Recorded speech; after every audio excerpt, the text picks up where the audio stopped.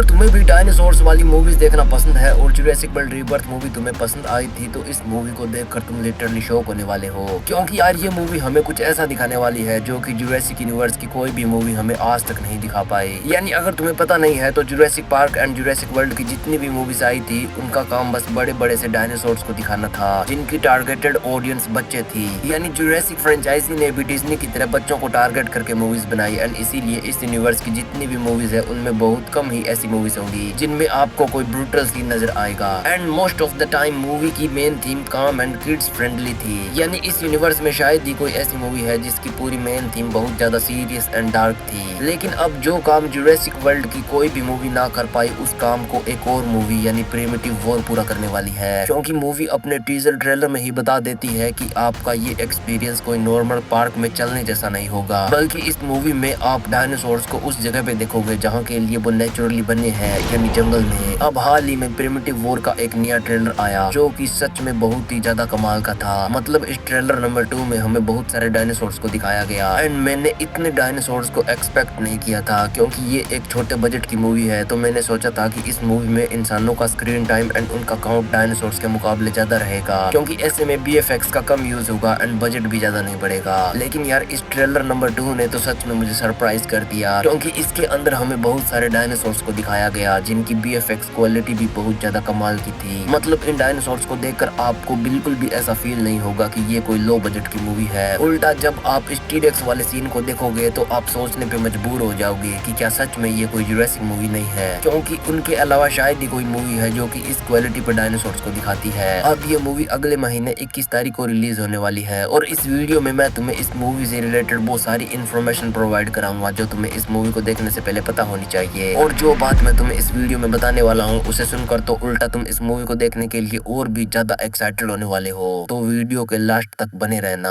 तो बेसिकली ये movie 1968 Vietnam war पे बेस्ड है, जहाँ अमेरिकन सोल्जर्स अपनी ग्रीन बैरेट प्लेटून खो देते हैं। यानी ग्रीन बैरेट प्लेटून जंगल के अंदर दुश्मनों से लड़ने के लिए जाती है, बट शॉकिंगली उनमें से एक भी वापस नहीं लौटता है। अब अमेरिकन मिलिट्री को लगता है कि ये काम दुश्मनों का है जिन्होंने ग्रीन बैरेट प्लेटून को कैद कर रखा होगा, तो इसीलिए वो उनको ढूंढने के लिए अपने कुछ और सोल्जर्स को भेजते हैं। लेकिन आगे जाकर जो उन सोल्जर्स को पता चलता है, मतलब उस मंजर को देखकर उनकी रूह कांपने वाली थी, क्योंकि जैसे जैसे वो जंगल के अंदर जाते हैं तब उन्हें एहसास होता है कि यहाँ पे कुछ तो गलत है। मतलब उनके आसपास कुछ ऐसे दुश्मन है जिनका सामना इससे पहले उन्होंने कभी नहीं किया था, क्योंकि उस सारी स्क्वाड में से धीरे धीरे करके एक एक सोल्जर गायब हो रहा था। और ये काम किसी इंसान का तो बिल्कुल भी नहीं लग रहा था, क्योंकि सोल्जर्स के गायब होने से पहले ना किसी गोली की आवाज आ रही थी और ना ही किसी बम की। मतलब वो सभी सोल्जर्स बहुत ही ज्यादा मिस्टीरियस तरीके से अचानक गायब हो रहे थे और इसकी रिपोर्ट बाकी बचे सोल्जर्स अपने हेडक्वार्टर्स तक भी पहुंचाते हैं कि यहाँ पे कुछ तो अनयूजुअल हो रहा है। और फाइनली थोड़े टाइम बाद आर्मी के सोल्जर्स को रियलाइज होता है कि वो एक ऐसे जंगल में आ गए हैं जहाँ उनके चारों ओर उनके खून के प्यासे डायनासोर्स घूम रहे हैं। और अब ये डायनासोर्स इंसानों को अपनी आप से दुश्मनी बुला के एक होने पे मजबूर कर देंगे, क्योंकि अब लड़ाई ह्यूमंस वर्सेस ह्यूमंस नहीं बल्कि ह्यूमंस वर्सेस डायनासोर है, जहाँ पे इंसानों को तब तक सरवाइव करना है जब तक कि उनके पास कोई मदद ना पहुंच जाए। यानी इस दौरान उनको हर उस मोमेंट पे अपनी जान को दांव पे लगाना होगा जब उनको भूख और प्यास लगेगी, क्योंकि पहले उन सोल्जर्स का काम बस इतना था कि वो ग्रीन बैरेट प्लेटून को ढूंढे और वापस आ जाए। लेकिन अब उनके हेलीकॉप्टर्स वगैरह पे क्विटजाल कोटलस जैसे उड़ने वाले डायनासोर्स अटैक कर देंगे, जिसके कारण अब बाकी जिंदा बचे सोल्जर्स तब तक इस जंगल में फंस गए हैं जब तक कि उनको कोई बचाने के लिए ना आ जाए। और इस दौरान उनको खाने और पानी के लिए बाहर तो जंगल में निकलना ही पड़ेगा, और अगर वो जंगल में निकलते हैं तो डायनासोर से उनका सामना होना पक्का है। और जैसे तैसे अगर वो खाने और पानी का इंतजाम कर भी लेते हैं तब भी जहाँ पे वो ठहरेंगे उनके उस शेल्टर तक भी कोई ना कोई डायनासोर जरूर आ पहुंचेगा, लाइक टी-रेक्स एंड वेलोसिरैप्टर जैसे खूंखार शिकारी जिनके सूंघने की एबिलिटी बहुत ही ज्यादा स्ट्रॉन्ग होती है, वो तो पक्का वहाँ पे आ पहुंचेंगे। और ट्रेलर को देख के एक और बात का पता चलता है कि ये सोल्जर्स डायनासोर अटैक के बाद भी कहीं पे जा रहे हैं। मतलब ऐसा भी हो सकता है कि जब इन्होंने मदद के लिए किसी को बुलाया हो तब उन्होंने ऐसे कहा हो कि तुम जंगली इलाके से बाहर खुले में आ जाओ, क्योंकि वहाँ पे हेलीकॉप्टर वगैरह को लैंड किया जा सकता है, तो ऐसे में उनको रेस्क्यू करना भी आसान हो जाएगा। तो शायद से ये सोल्जर्स जंगली और इस घास वाले इलाके से कहीं बाहर जा रहे हैं, यानी किसी ऐसी जगह पे जहाँ से इनको आसानी से रेस्क्यू किया जा सके। लेकिन इस दौरान रास्ते में उनको बहुत से डायनासोर्स मिलेंगे जिनमें से कुछ तो शाकाहारी होंगे जिनसे इन सोल्जर्स को कोई भी खतरा नहीं होगा, लेकिन कुछ मांसाहारी डायनासोर्स भी होंगे जो उनको खाने से पहले एक बार भी नहीं सोचेंगे। और जिस इलाके से ये सोल्जर्स गुजर रहे हैं यानी इस बड़ी बड़ी सी घास वाले इलाके से, इस तरह का इलाका वेलोसिरैप्टर वेलोसिरैप्टर्स का फेवरेट होता है शिकार करने के लिए, क्योंकि उनको झुंड में शिकार करना पसंद है और ये घास उनको छुपने में मदद करती है। तो यहाँ पे सबसे बड़ा खतरा इन सोल्जर्स के लिए वेलोसिरैप्टर्स ही होंगे। लेकिन वेलोसिरैप्टर्स के अलावा क्वोएट्ज़ालकोएटल्स भी एक बहुत बड़ा खतरा बनेंगे, क्योंकि एक टाइम के लिए वेलोसिरैप्टर्स एंड टी-रेक्स से बचा जा सकता है। यानी अगर आप किसी बड़े पेड़ पे चढ़ जाते हो या फिर किसी हेलीकॉप्टर वगैरह में बैठ जाते हो तो आप टी-रेक्स एंड वेलोसिरैप्टर जैसे किसी मांसाहारी डायनासोर से बच सकते हो। लेकिन अगर आपका सामना क्वोएट्ज़ालकोएटल से हो जाता है तो ना आप जमीन पे सेफ हो, ना ही किसी पेड़ पे, और अगर आप जैसे तैसे किसी हेलीकॉप्टर या प्लेन वगैरह में भी बैठ जाते हो तब भी ये दानव आपको नहीं छोड़ेंगे। यानी क्वोएट्ज़ालकोएटल से बच पाना बाकी किसी भी डायनासोर से ज्यादा मुश्किल है। अब प्रिमिटिव वॉर मूवी सच में कुछ ऐसा करने वाली है जिसके बारे में हमने कभी इमेजिन किया था। यानी क्या होता अगर डायनासोर्स आज के टाइम पे एग्जिस्ट करते और उनका सामना आर्मी से होता, तो क्या आर्मी उनको हरा पाती, और अगर हरा पाती तो उनको कितनी मुश्किलों का सामना करना पड़ता।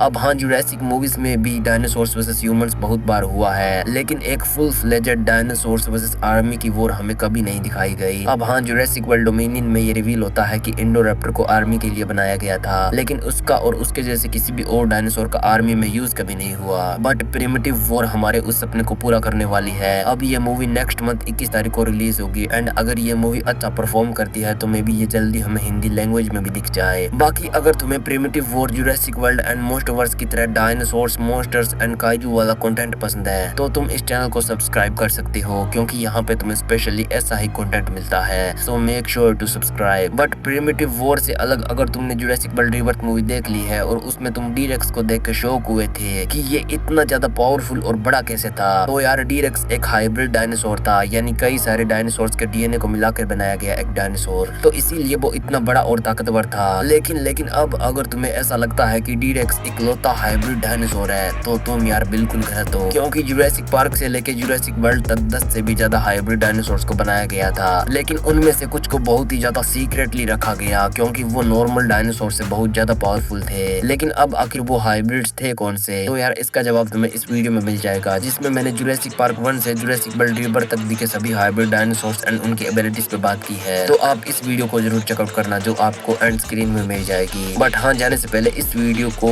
याद से लाइक कर देना, अगर अभी तक नहीं किया है तो प्लीज यार कर देना।